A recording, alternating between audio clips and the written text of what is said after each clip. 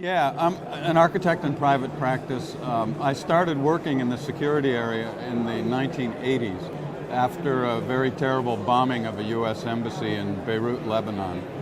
And my work for the U.S. State Department progressed then into private practice. And now with partners, we're looking at not just U.S. embassies, but a range of facilities, hotels, universities, shopping centers, and schools. Those are the four principal areas of business, and it's all security related. I'm also now president of the International Union of Architects, which is 3.2 million architects in the world. And security is increasingly an issue for every practitioner because all buildings have some component of security. So that's coming up in our world.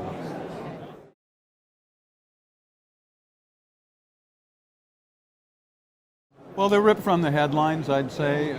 Anytime you have a motor vehicle plowing into a group of people or someone assaulting a large group of people with a firearm, it creates a new interest and concern, and so we're constantly dealing with clients who are worried about automobiles crashing into crowds or people using firearms in large crowded situations.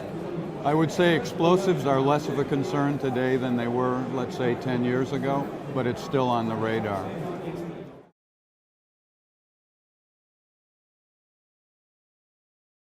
I think actually that it's a very cohesive and effective industry.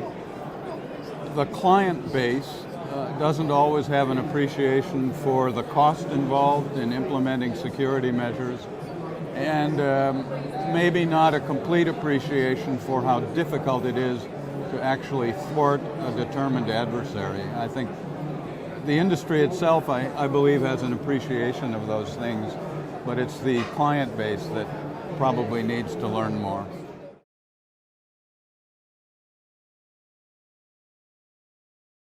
This show is extraordinary in showing just how much there really is. As a person who designs, as an architect, I'm very interested in two areas of technology. One is the software that now learns about environments and can detect anomalies or when something is out of the ordinary. And a simple example is in a subway platform, for example. Video monitors can now detect if something is left on the platform that shouldn't be there because they learn the environment, and when something is out of the ordinary, it sends an alert.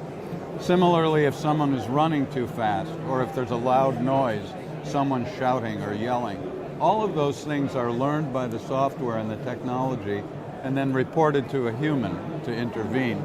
The other is in design itself and being able to simulate crowd behavior. There's software now that you can use to determine how a group will behave in a panic situation in different kinds of environments, mostly to study exits and egress, but also just to understand the dynamics of crowd behavior, which is an important element of security today. So that's part of the technology that I'm especially interested in.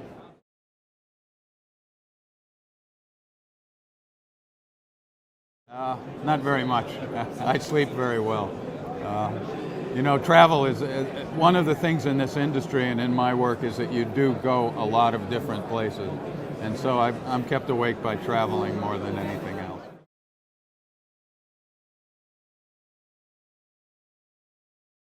I said already that just the exposure to the technology and what the vendors are working on, and because they are a reflection of the market. Yes, they're pushing a particular agenda and a particular approach, but they have to be receptive to what's going on in the marketplace. And if they're doing something, it's usually because there's a demand for it. So it's very interesting to see the evolution of the hardware and what people are thinking about. The other side is you've managed to attract a lot of really excellent people to this. And so to hear, for example, I went to the hotel security session this morning, just to hear a senior security director of a large London hotel talk about what his life is like and what he has to do is very, very helpful. And there aren't that many opportunities to do that, and this is one. So I think for me, that's the attraction, is just being able to hear experts and people who are really working in this industry, and then to see the new developments.